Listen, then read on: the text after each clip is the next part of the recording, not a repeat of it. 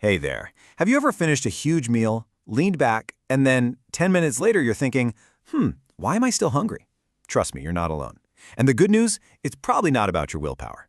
Today, we're going to be detectives and solve this constant hunger puzzle once and for all. Right? This is the million-dollar question. That super frustrating feeling when your stomach is growling an hour after you know you ate enough. It can make you feel like something's wrong, but I promise there are some very real, very logical reasons for it. And we're going to get into them right now. All right, so let's get into the mystery. Our first stop, understanding that this whole hunger thing, well, it's not just about your stomach.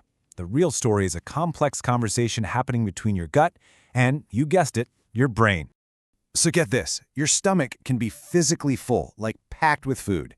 But it's your brain that actually makes the final call on whether you feel hungry. Your brain is basically mission control for your entire appetite. It's listening to all these signals and then deciding, yep, time to eat, or nope, we're good. So what are those signals? What is your brain even listening to? Well, a huge piece of the puzzle comes down to these tiny little messengers running around your body. Let's meet the hormones that are pulling the strings. First up, we have ghrelin. You can just think of this as the go hormone. When your stomach starts to get empty, it releases ghrelin, which shoots up to your brain with a really simple, really loud message. Hey, let's get some food in here. It's what makes you feel that drive to eat. And on the flip side, you've got leptin, the stop hormone. After you eat, your fat cells release leptin to tell your brain, okay, we're good. We've got energy. You can stop eating now. It's the hormone that makes you feel satisfied and full. Honestly, the best way to picture this is like the pedals in your car. Ghrelin is the accelerator. It revs up your appetite. And leptin, that's the brake. It tells you to slow down and stop. When everything's working right, these two are in perfect balance. But what happens if the brake line is cut? Sometimes, your brain gets so bombarded with these stop signals that it just starts ignoring them. This is what's known as leptin resistance. It's almost like your brain's caller ID is broken. The "I'm full" message is being sent over and over, but your brain just isn't picking up the phone. Okay, so those hormones are a massive piece of the puzzle. But the type of fuel you put on your plate, that's the next big clue. Because what you choose to eat has a direct, powerful effect on how full you feel. So what does the ideal plate for fullness look like? Well, it's a team effort. You need protein, which is an absolute superstar for making you feel satisfied. Then you need fiber, which physically slows everything down. And finally, healthy fats, which are amazing at sending those "we're full" signals to the brain. If your meal is missing one of these, you're pretty much setting yourself up to be hungry again soon. And what does that look like on your actual plate?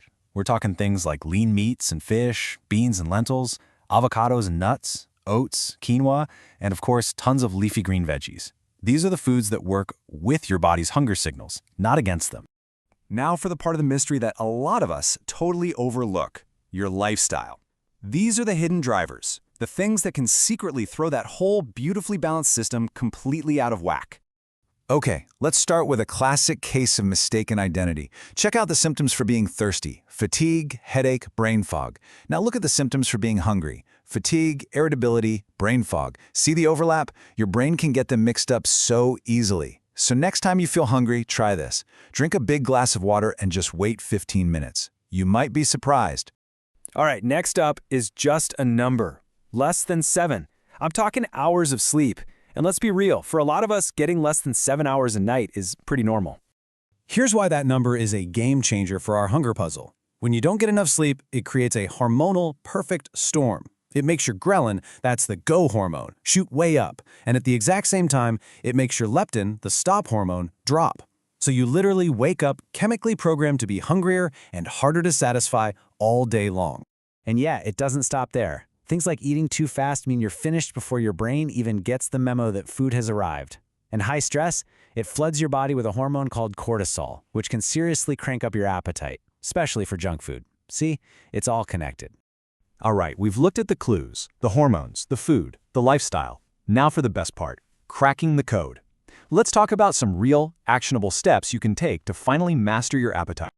Let's keep it simple. Here are 3 super powerful habits you can start today. Number 1, eat mindfully. Just slow down.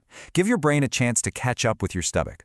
Number 2, hydrate first. Remember, it might just be thirst in disguise. And number 3, prioritize protein and fiber. Make them the non-negotiable stars of every single meal. Now this is really important. If you feel like your hunger is just constant, totally off the charts, and making these changes doesn't seem to help, it might be time to call a professional. Sometimes that extreme hunger can be your body's way of signaling something else, like diabetes, thyroid issues, or PCOS. Your doctor is absolutely the best person to help you figure that out. So, I want to leave you with this one final question to think about. The next time you feel that hunger pang, especially when you feel like you shouldn't be hungry, just pause and ask yourself, is this really a message to eat more? Or could it be a signal from my body to drink more water, get more sleep, or just slow down for a minute? Learning to tell the difference, that's the real key to solving this puzzle.